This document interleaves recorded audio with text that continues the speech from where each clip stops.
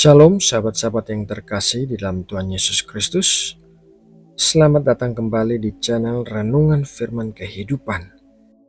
Senang sekali bisa berjumpa dengan Anda semua hari ini. Mari kita bersama-sama merenungkan firman Tuhan yang akan menolong, menguatkan, dan menuntun kita dalam menjalani setiap langkah kehidupan.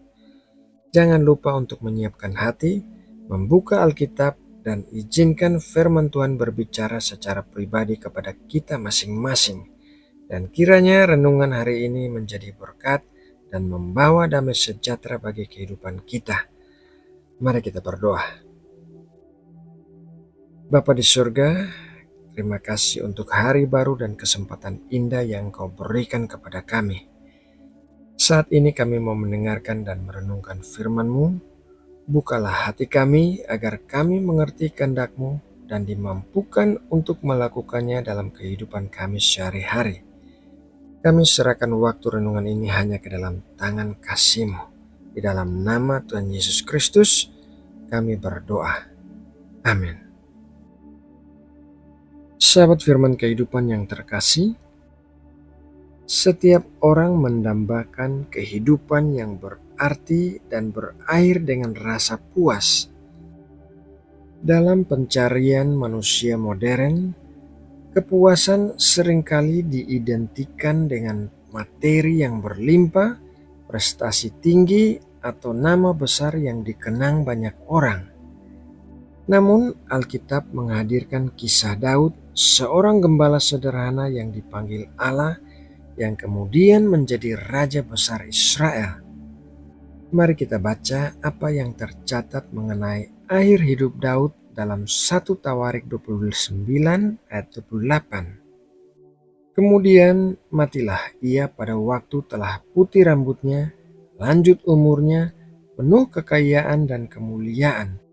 Kemudian naik rajalah Salomo, anaknya menggantikan dia.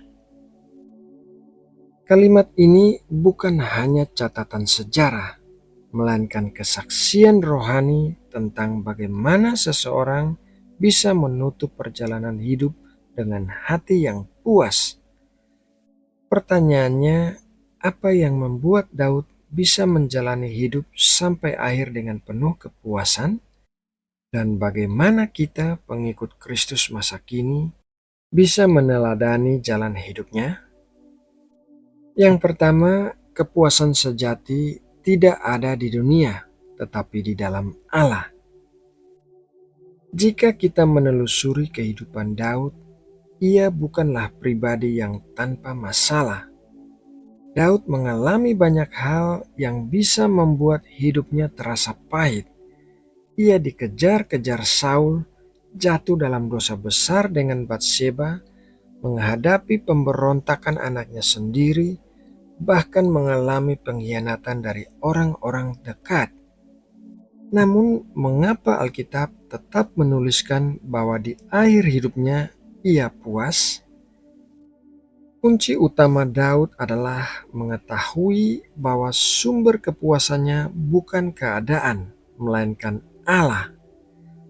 Dalam Mazmur-Mazmurnya, ia berulang kali menegaskan bahwa hanya Allah gembalanya, bentengnya, dan bagiannya selama-lamanya.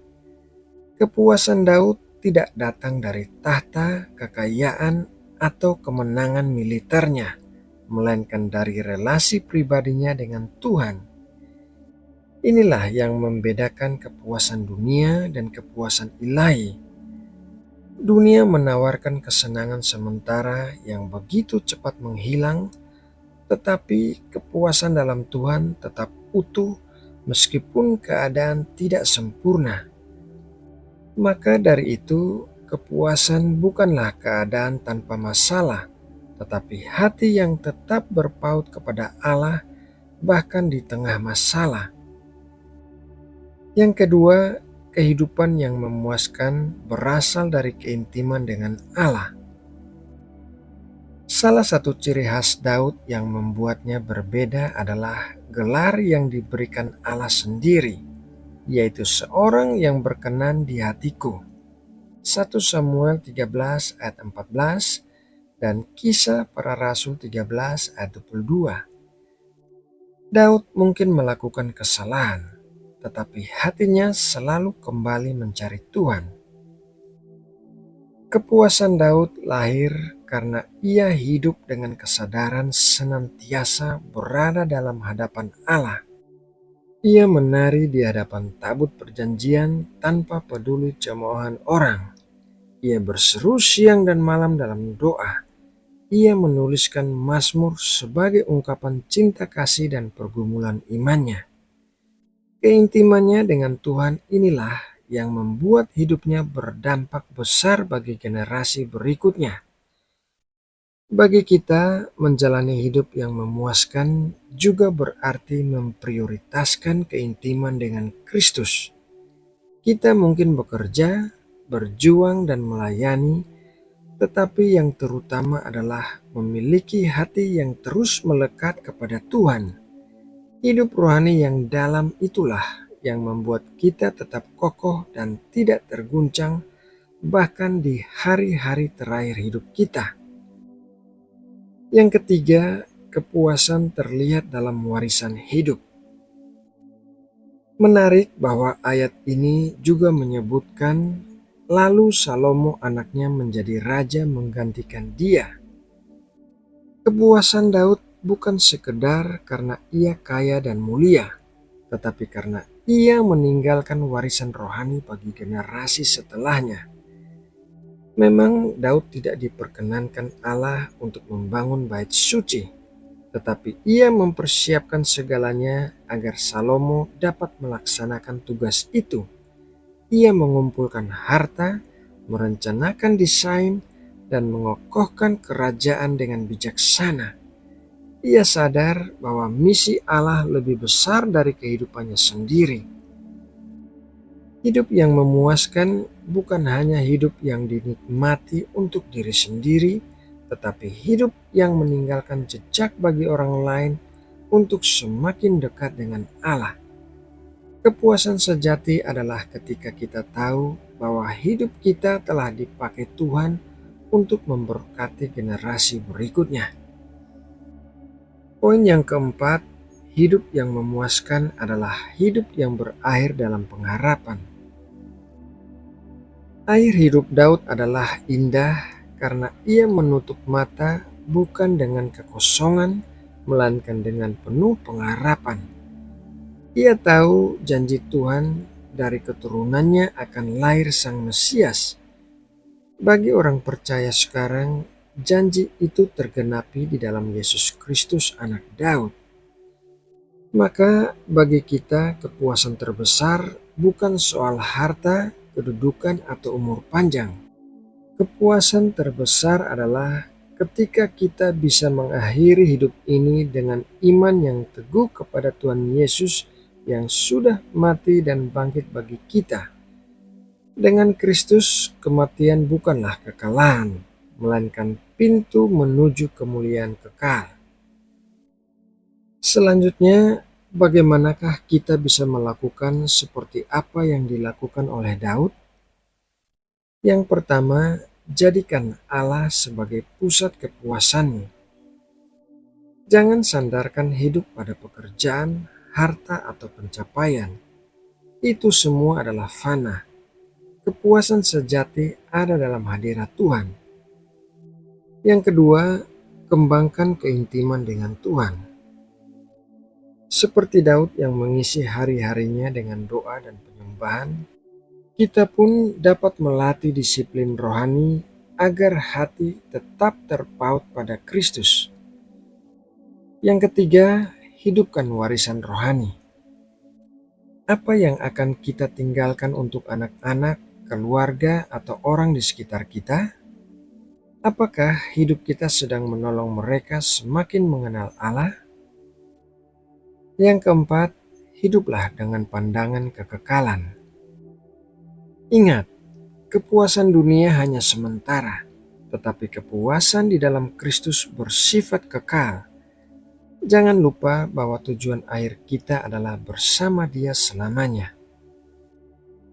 Sahabat firman kehidupan yang terkasih, Hidup Daud menjadi teladan bagaimana seseorang yang penuh kelemahan manusiawi bisa berakhir dengan kepuasan sejati karena hatinya berpaut kepada Allah.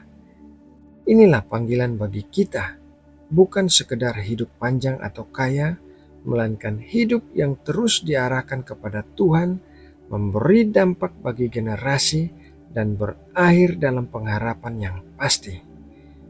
Kiranya ketika hari-hari kita di bumi selesai, kita pun dapat berkata seperti Daud, hidup ini memuaskan, bukan karena semuanya sempurna, tetapi karena Allah adalah kepuasan kita yang sejati.